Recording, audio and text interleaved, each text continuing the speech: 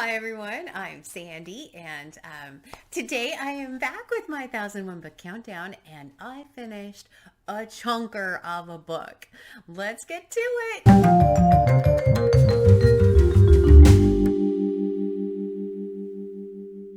All right, if you are not familiar with the 1001 book countdown, I will leave a card up here for you so you can go and check it out. But basically, it is books I'm reading off of the 1001 books you must read before you die list, and just working my way through it and documenting my journey and having an absolute blast doing so.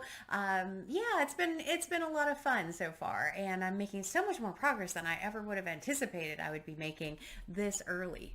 Yeah, so what I'm going to go ahead and do, though, is put up my numbers where I left off a couple weeks ago, which are 959 and 8, which is my 2021 number, getting so close to being down at 0. Yeah, for 2021. It's going to be hard, though, to hit it. Yeah, it's going to be a little hard. But for today, we will go ahead and jump into the books because I do have more than one book. I didn't do a video last weekend because I only had one book that I had finished, and it wasn't my favorite book, and it's a book I'll start with today, which is Elizabeth Costello by JM Coetzee. Coetzee? I'm not sure how you say the last name. Coetzee is a South African author with a number of works, and I have read several of them. I have read Slow Man and Disgrace, and Elizabeth Costello is my third. And then I also happen to have this one, which is The Life and Times of Michael K., which is will be on my 2022 list. I'm kind of hoping this is about Michael K. Vaughan, but probably not. So I am familiar with his work, and in Slow Man, the main character of Elizabeth Costello does actually show up in Slow Man, which is why I wanted to read this novel in 2021. So the book is Elizabeth Costello, and I'll make sure I put the book cover up here for you. I didn't enjoy this book, and I can't even really articulate very well why, other than I was bored. I was very bored reading this particular book. Elizabeth Costello is a writer who has written a very famous novel that is basically a retelling of James Joyce's Ulysses, but is told from Harold Bloom's wife's perspective, but with a character named Molly Bloom. That novel doesn't actually exist, at least I don't think it does. I have to go look now. But the book starts off with her son, and is kind of told from her son's perspective. And then, suddenly she's on a cruise ship and she's lecturing about some things. And then she's back and the ending is weird. And yeah, I just did not take to it. So I don't want to talk about it too much because I really struggled with this one. There's a number of references to other authors. There's a short story by Kafka reference. There's also Gulliver's Travels that is referenced in this, which I have read. But yeah, it just really didn't sit with me for whatever reason. It changed perspective too much, changed timeline too much, and was just very disconnected and disjointed. That's also why I didn't make a video last week. And someone had said, rant videos are really great. This book wasn't even a rant video worthy, I guess. It just didn't do anything for me. Not even enough to do a rant video. How sad is that? But yeah, that's Elizabeth Costello by JM Coetzee. But with that, I do get to go from wherever I put my numbers at. 959. Seriously, where did I put them? How is it possible I misplaced them? Okay, sorry. I get to go from 959 to 958, and thankfully it is on my 2021 list. So that number goes from 8 to 7. Very excited about that. But the main book I'm going to talk about, which is the chonker of a book that I actually selected for Victober, but didn't finish in October. Victober is a wonderful event hosted by a few different booktubers, and I apologize, I don't have their names all out. I know Kate Howe is one. Katie at Books and Things, I think is her channel name. I believe there's a couple others, so I apologize. I don't have them. I'll try and put them linked in the description below. But I did pick up a book for Victober, and this was a group read with Christina at Knitting Books, etc., Tiffany at Beautiful Minutia. It had Gina Stanier was in there, as well as a couple of subscribers. And the book that we read was Bleak House by Charles Dickens. Man, this is a long book. It clocks in at 914 pages, this version of it. And yeah, it's long. This book was published this book was published as a monthly serial between March of 1852 and September of 1853. And you can kind of tell as you're reading this, now that I know that, there are what I would consider cliffhangers or major moments, and then it switches perspective to something else. And so as a monthly serial, I can see how exciting that would have been, and that you would have been waiting for the next serial to come out, the next version or the next edition of it to come out.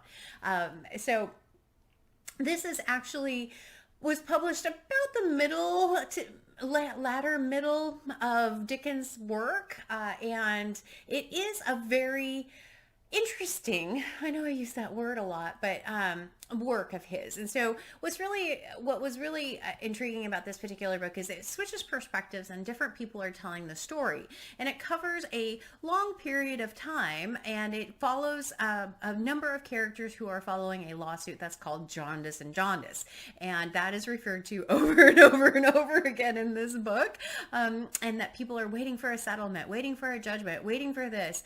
And it follows also a young character whose name is Esther, along with two of her friends or cousins, I'm not sure which now, of Ada and Richard, and her benefactor, or her guardian is what she calls them, through all of this time when this trial is going on, and a little bit of Esther's early life as well. The parts of the book that were the most successful were the parts that were told from Esther's narrative. And the chapters even say Esther's narrative. You really do get a fantastic picture of the character of Esther. And she is a very likable character. She is one that I couldn't wait for her narratives to come back. I thought how she was written as a character was very sympathetic and very likable, and even in the beginning you just kind of want to give her a hug because of everything that she went through when she was young. There are some shocking and twisty turny moments in this and things that you don't expect. There was a great voxer group about this, and I would just say chapter 49, such and such character in a like face like this, and and everyone knew what I was talking about when they got to that point.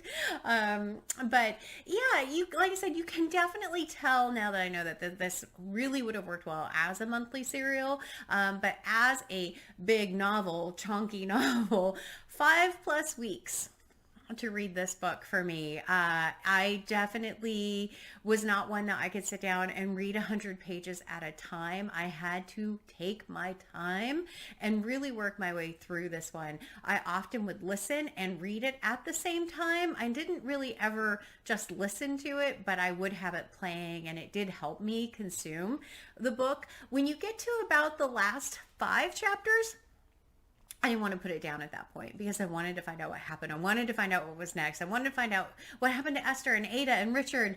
And not every character in this book has a happy ending. But the other thing Dickens does really, really well is set up the atmosphere at the very beginning. There is a lot of fog and spooky kind of time in there. And the fog is just almost a presence in the city as it starts. And that was some of my favorite parts in the beginning. But when it transitions in the beginning to start talking with characters in the lawsuit, it's just like, okay, I don't want to read this part anymore. And that was the part I really struggled with. I did end up giving it about a 4-star, I believe, on my Goodreads because it was good. I have only read A Christmas Carol, I believe, by Dickens. I do have a number of additional books by Dickens that are coming up on the 1001 book countdown. But this is the only one that I think I've read, especially one that is this chunky. It is also the one that caused me the most amount of stress in October because I really wanted to finish it in October and it just did not happen. But yeah, great pick for Victober, set in the exact time frame that you would expect for Victober, and was a wonderful, wonderful read with the lovely people in the Voxer chat. So thankful I did this as a group read because I can see myself giving up on this if it wasn't for the group. And so I really do appreciate all of the wonderful people in the group chat. Thank you so much for letting me be part of your group read of Bleak House. But with that, we go from 958 to 957. But it is not on the 2021 list. So that number stays at 7. I'm officially one behind for the 2021 number. So it's going to be a bit of a challenge. We'll see how it goes. For the next week,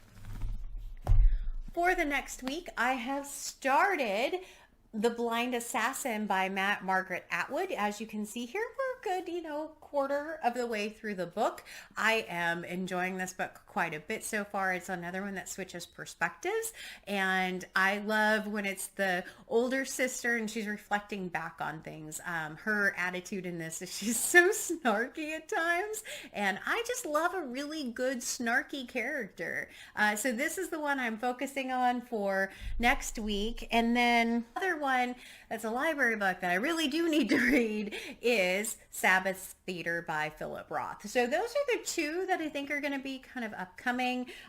This is one that, I'm definitely still very nervous about. I just haven't had a chance to pick this one up yet. The goal is to finish it in the month of November though, and I'm still one down, so we'll see what I end up with. I have a stack of books right here that are some of the 2021 lists that I hope to get to this year. And then, I will be compiling my 2022. My goodness. I will be compiling my 2022 list coming up. So I'm very excited about that. I'll have a video towards the end of December going through what books I selected, because I will select 52 books, one for each week, and kind of go from there. So I think that's it for today. I would have loved to take you outside, but it is pouring down rain today, so it's just not going to happen today. Sad face. But as always, like, comment, and subscribe, and until next time, everyone, thanks. Bye.